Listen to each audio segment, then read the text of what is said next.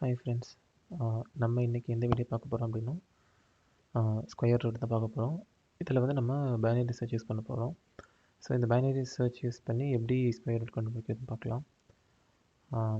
எப்படின்னு சொல்லிட்டு பார்த்துடலாம்.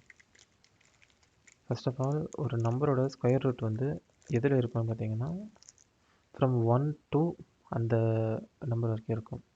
ஓகேங்களா? இதோட லேட் ஆகுது, அது வரைக்கும் நம்ம இதில் தான் டைப் பண்ணிகிட்ருக்கலாம். இப்போது வந்து நீங்கள் எக்ஸாம்பிளுக்கு வந்து 36 எடுத்துக்கோங்களேன். இந்த 36 ஸ்கொயர் ரூட் வந்து உங்களுக்கு வந்து 6ன்னு தெரியும். ஆனால் இது வந்து நீங்கள் 3 போட்டிருக்கீங்களா? ஓகே 6. இதில் ரேஞ்ச் பார்த்தீங்கன்னா 1 2 3 4 5 6 7 8 9 10 11 12 அப்படின்னு சொல்லிட்டு இது வந்து போயிட்டே இருந்து 36 வரைக்கும் இருக்கும். இதோட ஸ்கொயர் ரூட் வந்து இதுக்குள்ளே தான் இருக்கும். நீங்கள் பார்க்கலாம், இது வந்து ஒரு சார்ட்டட் அரே மாதிரி இருக்குது. ஓகேங்களா? இப்போது நான் இப்போ வந்து ஒரு பிட் அட்டாக் பண்ணுறேன். இதான் பிட்னு வச்சுக்கோங்களேன். எக்ஸாம்பிளுக்கு நான் வந்து 10 தான் பிட் வச்சுருக்கேன். இப்போது நான் 10 வச்சு 36 டிவைட் பண்ணுறேன். 36 டிவைட் பை 10 டிவைட் பண்ணால் உங்களுக்கு வந்து 3.6 கிடைக்கும். இன்டிஜர் டிவிஷன்றதால உங்களுக்கு 3 கிடைக்கும். ஸோ இந்த 3 வந்து 10 விட கம்மியாக இருக்குது. இந்த 3 வந்து 10 விட கம்மியாக இருக்குது அப்படின்னா ஓகே, ஃபஸ்ட் நம்ம வந்து ஸ்கொயர் ரூட்னா நம்ம என்னன்றது பார்த்தோம். ஸ்கொயர் ரூட்னா சேம் நம்பரை மல்டிபிள் பண்ணால் உங்களுக்கு ஆன்சர் வரணும், அதானே அப்படிங்க சொல்லலாம். ப்ரோ நீங்கள் வந்து பிட்டை வந்து பாயிண்ட் பண்ணதுக்கப்புறம் இப்போ நீங்கள் 10 பாயிண்ட் பண்ணுறீங்க. 10 into 10 போட்டிங்கன்னா உங்களுக்கு வந்து 100 வருது. அது வந்து ஈக்குவல் டு ஆன்சர் செக் பண்ணுங்கள். இல்லை அப்போ நீங்கள் லெஃப்ட் மூவ் பண்ணுங்கள். லெஃப்ட்டில் இப்போ நீங்கள் 2ல் இருக்கீங்க. 2ல் வந்து 2 into 2 போட்டிங்கன்னா 4. அது ஈக்குவல் டு ஆன்சராக பாருங்கள், 36 பாருங்கள். இல்லை அப்புறம் ரைட் சைடு மூவ் பண்ணுங்கள் அப்படின்னு நீங்கள் அசால்ட்டாக சொல்லிடலாம். ஆனால் இதில் வந்து ஒரு பிரச்சனை என்னென்னா, இவங்க கொடுத்துருக்குற நம்பர் பார்த்தீங்கன்னா மேக்ஸிமம் இன்டிஜர் வரைக்கும் கொடுத்துருக்காங்க. இந்த கொஷின்லேயே பாருங்களேன். 2 power 31 -1. அந்த -1 எதுக்குன்னா இன்டிஜர் 0 இருக்கும். அதாவது ஆக்சுவலி வந்து என்னென்னா இதோட பேஜ் இதோட ஹைட் இருக்கட்டும். ஆக்சுவலி 2 power 31ன்றது வந்து லெட்ஸே இப்போ உங்களுக்கு இன்டிஜர் லிமிட் வந்து -10 to +10 வச்சுக்கோங்களேன். லெஃப்ட்டில் இருக்கிற நம்பர் தானே ரைட்டில் வரணும். எதுக்கு -1 போட்டுருன்னு கேட்டிங்கன்னா நடுவில் வந்து ஒரு 0 வருது கைஸ். அதனால் அந்த 1 டிஜிட் எடுத்துக்கும். அதனால் ரைட் சைடில் இருக்கிற நம்பர்லேருந்து நீங்கள் வந்து 1 டிஜிட் மைனஸ் பண்ணியிருக்கோம். அதனால தான் உங்களுக்கு வந்து அந்த எண்டில் வந்து -1 போடுறாங்க. இது வந்து உங்களுக்கு ஒரு 10 டிஜிட் வரும். 2 8 7 அந்த மாதிரி வந்து போயிட்டுருக்கோம். நடுவில் 0 வரதால் உங்களுக்கு லெஃப்ட்டில் இங்கே என்ன நம்பர் வந்துச்சோ அதுலேருந்து உங்களுக்கு ஒரு -1 பண்ணிடுவாங்க. ஸோ அதான் கன்ஸ்ட்ரெயின்ஸு. ஸோ நீங்கள் உங்களுக்கு இப்போ இந்த லாஸ்ட் நம்பர் கொடுத்ததா வச்சுக்கோமே, அதை நீங்கள் மல்டிப்ளை பண்ணிங்கன்னா உங்களுக்கு இன்டிஜர் ஓவர்ஃப்ளோ ஆகும். அதுக்கு என்ன பண்ணுறது ப்ரோ, நீங்கள் லாங் போட்டிங்கன்னா வேலை முடிஞ்சில்ல அப்படின்னு கேட்கலாம்.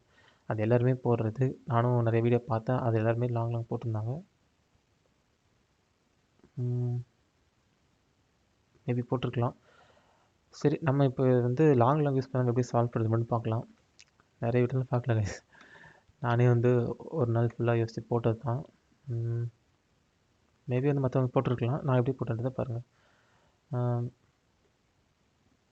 ஓகே, இப்போ இந்த 1 to அந்த நம்பர் வரைக்கும் உங்கள்கிட்ட ஒரு சார்ட் அரே இருக்குது.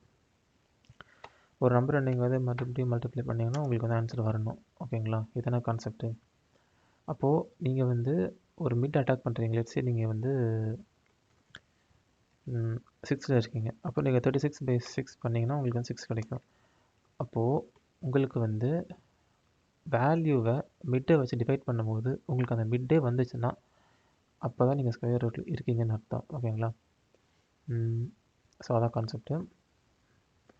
இப்போ நீங்கள் வந்து வேல்யூவை நீங்கள் கண்டுபிடிச்ச மிட்டை வச்சு நீங்கள் டிவைட் பண்ணுறீங்க. ஸ்கொயர் ரூட்டில் இருக்கீங்களான்னு பார்க்குறதுக்கு இப்போ இந்த 10ம் 3யும் சேம் கிடையாது. சேம் கிடையாதுன்னா அப்போ 10 விட கம்மியாக இருக்குது. கம்மியாக இருந்தால் நீங்கள் எங்கே மூவ் பண்ணணும்? லெஃப்ட் சைடு மூவ் பண்ணணும். ஏன்னா நீங்கள் left side for example 36 by 2 பார்த்தீங்கன்னா உங்களுக்கு வந்து 18. அப்போது 10ன்ற வேல்யூ அதிகம், அதை விட 2ன்ற வேல்யூ கம்மி. ஸோ நீங்கள் 36 வந்து 2ஆல் டிவைட் பண்ணிங்க அப்படின்னா உங்களுக்கு வர வேல்யூ வந்து அந்த நீங்கள் டிவைட் பண்ணிங்க இல்லையா அந்த மிட், அதை விட அதிகமாக இருக்கும். அதே நீங்கள் 10ஆல் டிவைட் பண்ணிங்கன்னா அந்த மிட்டை விட வர ஆன்சர் வந்து கம்மியாக இருக்கும். ஸோ இப்படி தான் நீங்கள் சூஸ் பண்ணணும், லெஃப்ட் போகலாமா ரைட் போகலாமான்னு சொல்லிட்டு. இப்போ நான் 10 வச்சு டிவைட் பண்ணேன், எனக்கு வந்து ஆன்சர் வந்து மிட்டை விட கம்மியாக இருக்குது. அப்போ நான் இன்னும் வந்து நான் லெஃப்ட்டு போகணும். ஓகேங்களா, அப்படியே போயிட்டே இருக்கணும். எங்கே வந்து நான் அந்த மிட்டை வச்சு டிவைட் பண்ணும்போது எனக்கு வேல்யூ வந்து மிட்டை விட அதிகமாக இருக்கும், அந்த டைமில் நான் வந்து ரைட் சைடு மூவ் பண்ணணும். அப்படியே போயிட்டு இருக்கும்போது எனக்கு ஒரு பாயிண்ட் ஆஃப் டைமில் 6க்கு வந்துடும். அப்போ நான் டிவைட் பண்ணி பார்க்கும்போது ஈக்குவல் டுவாக இருக்குது. அப்படின்னா நான் வந்து இதான் வந்து ஸ்கொயர் ரூட்னு நான் வந்து பிரிண்ட் பண்ணிடலாம். பெர்ஃபெக்ட் ஸ்கொயராக இல்லாத நம்பருக்கு என்ன பண்ணணும்னா, அவங்க இன்டீஜர் டிவிஷன் கேட்டிருக்காங்க. ஆக்சுவலி வந்து இப்போ 35 எடுத்துக்கோங்களேன்.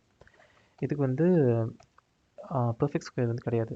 5க்கும் 6க்கும் நடுவில் தான் ஏதோ ஒரு நம்பர் இருக்குது. அப்போ அவங்க கேட்குறது இன்டீஜருங்கிறதுனால நீங்கள் 5 தான் ரிட்டர்ன் பண்ணணும். எப்படின்னு பார்ப்போமா? இப்போ வந்து அசைன் பண்ணிக்கோங்க, நீங்கள் 6ல் இருக்கீங்க, 1 to 6ல் இருக்கீங்க. ஸோ 6ஐ வந்து நீங்கள் என்ன பண்ணுறீங்கன்னா வந்து டிவைட் பண்ணி பார்க்குறீங்க, உங்களுக்கு 5 பாயிண்ட் சம்திங்னு சொல்லிட்டு வருது. ஸோ அது வந்து ஈக்குவல் டு 6 கிடையாது, 6ஐ விட கம்மி. ஓகேவா, கம்மியாக இருந்தால் நம்ம வந்து லெஃப்ட் சைட் பண்ண சொல்லியிருந்தேன்.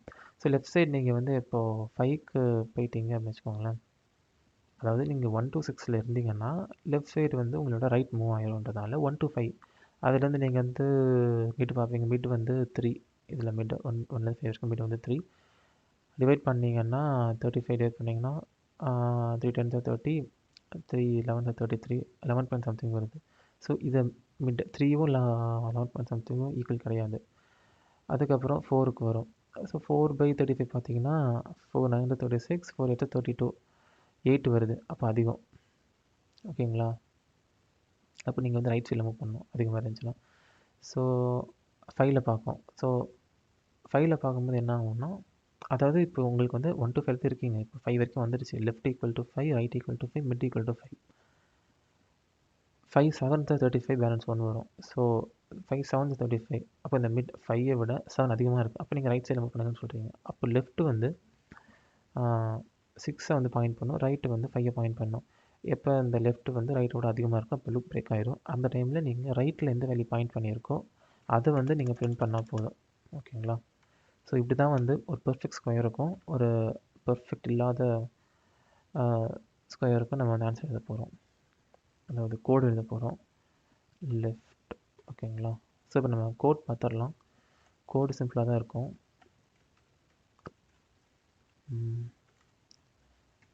hash include string using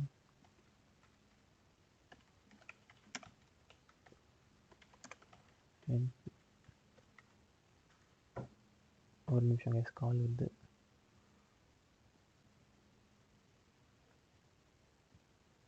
okay, நான் திரும்பி வந்துட்டேன். ஸோ ஃபஸ்ட்டு வந்து வேல்யூ நீங்கள் வாங்கிக்கணும். இன்ட் வேல் அந்த நீங்கள் வாங்கிட்டீங்கன்னா ஓகே. இப்போ வந்து while left less than or equal to right, இங்கே தான் நம்மளோட பைனரி சர்ச் வந்து வரப்போகுது. அதுக்கு முன்னாடி நம்ம லெஃப்ட்லேயும் ரைட்லேயும் வேல்யூ கொடுத்துருக்கோம் இல்லையா. லெஃப்ட் வந்து நான் 0 கொடுத்துக்கிறேன். ஓகே, மினிமம் ஸ்கொயர் ஒன்று தானே இருக்கும், 1 வச்சுக்கலாம். 1 ரைட் ஈக்குவல் டு அந்த வேல், அதுக்கப்புறமா மிட். இதில் வந்து சப்போஸ் இப்போ உங்களுக்கு வந்து வேல்யூ 1னா அதோட ஸ்கொயர் ரூட் 1 தான். ஸோ நீங்கள் வந்து அதுக்கெலாம் போகணுன்ற அவசியம் கிடையாது. அதுக்கு மேலே இருந்தால் மட்டும் நீங்கள் இந்த இதுக்குள்ளே போகலாம்.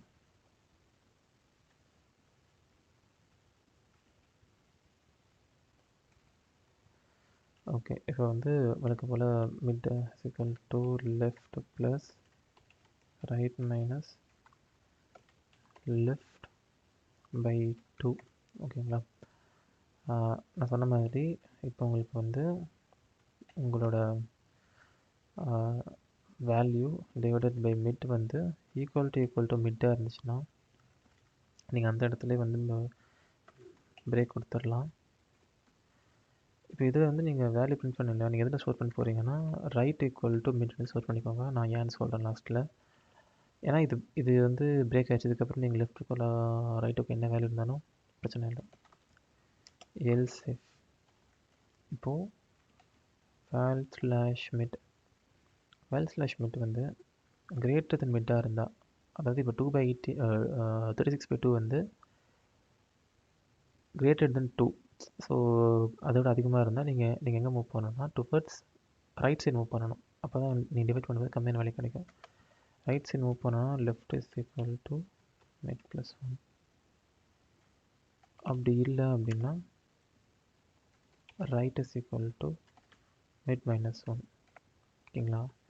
இல்லை கம்மியாக இருந்துச்சுன்னா நீங்கள் வந்து டுவர்ட்ஸ் லெஃப்ட் சைடு மூவ் பண்ணால் தான் உங்களுக்கு அதிகமான வேல்யூ கிடைக்கும். இதெல்லாம் முடிச்சுட்டு வரும்போது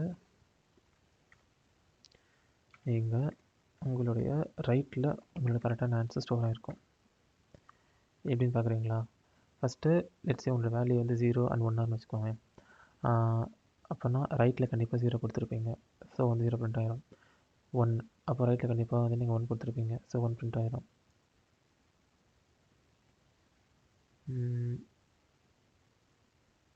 ஓகே, நம்ம ஏன் இது 1 வச்சுக்கிறோம்? இதில் நம்ம 0 கூட வைக்கலாம். ஏன்னா ஸ்கொயர் ரூட் ஆஃப் 2 வந்து 1.4 நினைக்கிறேன். ஸ்கொயர் ரூட் ஆஃப் 1 எல்லாமே உங்களுக்கு வந்து 1க்கு மேலே தான் இருக்குது, பிரச்சனை இல்லை இது. ஓகே, இப்போ நம்ம இதை ரன் பண்ணி பார்ப்போம் கரெக்டாக வேலை செய்யுது இல்லைன்னு சொல்லிட்டு. ஸோ நான் உங்களுக்கு முன்னாடி எப்படி எக்ஸ்பிளைன் பண்ணணும்னா அதுக்கேற்ற மாதிரி தான் கோட் போட்டிருக்கேன். So left side right side வாங்கிட்டேன். Okay,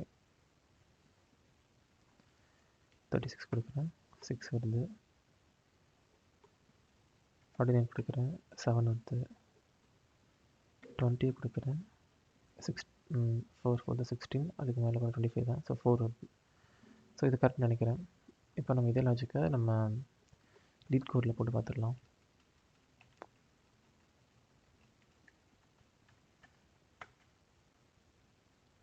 lead code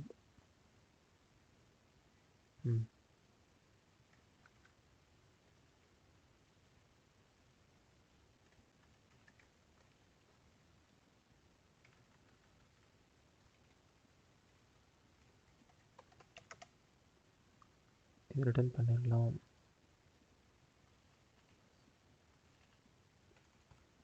X left equal to 1 right equal to x Mittu. Okay, run பண்ணி பார்க்கலாம்.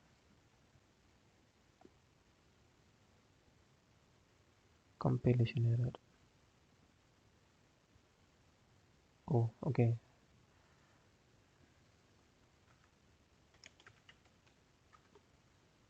நம்ம எல்லா இடத்துலையும் வேல் தான் யூஸ் பண்ணியிருக்கோம், ஆனால் நம்ம ஆக்சுவலாக எக்ஸ் யூஸ் பண்ணோம். ஓகே, அக்செப்ட் ஆகிடுச்சு. சப்மிட் பண்ணி பார்க்கலாம்.